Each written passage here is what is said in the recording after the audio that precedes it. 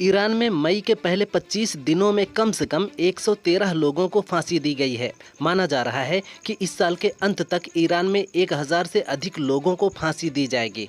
Oslo स्थित संगठन Iran human rights के मुताबिक 2025 में अब तक 478 लोगों को फांसी दी गई। ये आंकड़ा बीते साल से 75% ज़्यादा है। अप्रैल में फांसी पाने वाले 110 लोगों में 3 महिलाएं, 4 अफगान नागरिक, 36 बलूच और 6 कुर्द कैदी शामिल थे। अरबपति कारोबारी और अमेरिकी राष्ट्रपति डोनाल्ड ट्रंप की सरकार में DOGE चीफ का पद संभाल रहे एलन मस्क ने पद से इस्तीफा दे दिया है। उन्होंने एक्स पर इसकी जानकारी दी है।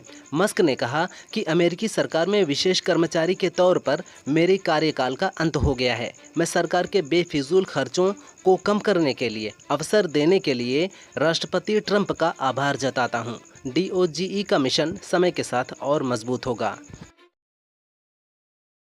सऊदी अरब में AIMIM प्रमुख सांसद असदुद्दीन ओवैसी ने कहा, पाकिस्तान को FATF की ग्रे लिस्ट में वापस लाया जाना चाहिए, तभी हम इन सभी आतंकवादी संगठनों के आतंकी वित्त पोषण को नियंत्रित कर पाएंगे।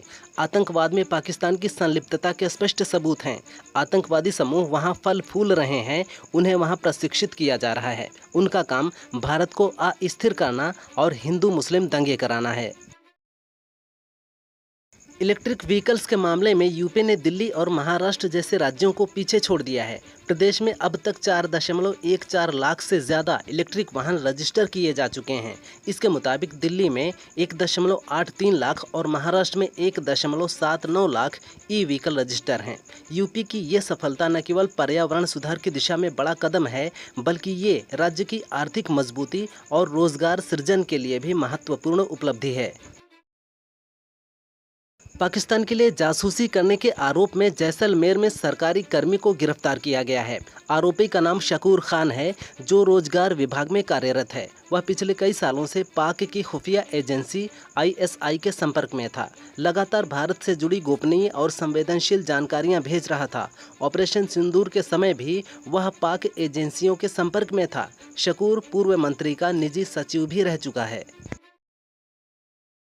केंद्र सरकार ने छत्तीसगढ़ के बस्तर को नक्सल प्रभाव से मुक्त घोषित कर दिया है। एंटी नक्सल ऑपरेशन को लेकर ये बड़ी सफलता है। गृह मंत्रालय ने बस्तर जिला को LWE यानी लेफ्ट विंग एक्सट्रीमिज्म की लिस्ट से हटाकर लेगसी डिस्ट्रिक्ट की लिस्ट में डालने का फैसला किया है। बस्तर को लाल आतंक के गढ़ के रूप में जाना जाता था। नक्सलवाद से धीरे धीरे मुक्त हो रहा ये क्षेत्र अब विकास और शांति की नई राह पर अग्रसर है। क्या आप भी बाजार से बोतल बंद पानी ब्रांडेड समझकर खरीद रहे हैं? वह नकली भी हो सकता है। दरअसल नोएडा में फूड सेफ्टी डिपार्टमेंट ने 2 ऐसे पैकिंग प्लांट्स का भंडाफोड़ किया है, जहां बिना लाइसेंस के बिस्लेरी व ब्लेसरी नाम के ब्रांड तैयार किए जा रहे थे। इन प्लांटों से 13,000 बोतल जब्त की गई हैं। इन बोतलों की आपूर्ति दिल्ली NCR की दुकानों तक की जा रही थी, जिससे हजारों लोगों की सेहत खतरे में पड़ सकती थी। यूपी में अब 3 महीने के अंदर निराश्रित महिलाओं को पेंशन मिलेगी। आवेदन के बाद सत्यापन कर पेंशन देने के लिए 4 महीने का समय निर्धारित था, अब इसे 1 महीने घटा दिया गया है। यही नहीं, अब निराश्रित महिलाओं को SMS भेजकर ये भी बताया जाएगा कि उनका फॉर्म स्वीकार किया गया है या नहीं। फिलहाल उन्हें 1000 रुपये प्रति महीने पेंशन दी जाती है। प्रदेश में लाभार्थियों की कुल संख्या 35.30 लाख है। यूपी के सहारनपुर में बुधवार को मां के बगल में सोई 5 महीने की मासूम का ब्लेड से गला रेतकर हत्या कर दी गई। हत्या किसी और ने नहीं, बल्कि दादा दादी और बुआ ने मिलकर की है। पुलिस के मुताबिक सास ससुर की बहू से नहीं पटती थी, इसलिए उसे फंसाने के लिए वारदात को अंजाम दिया। आरोपियों ने वारदात को इतनी सफाई से अंजाम दिया कि बगल में सो रही मां को भी भनक नहीं लगी।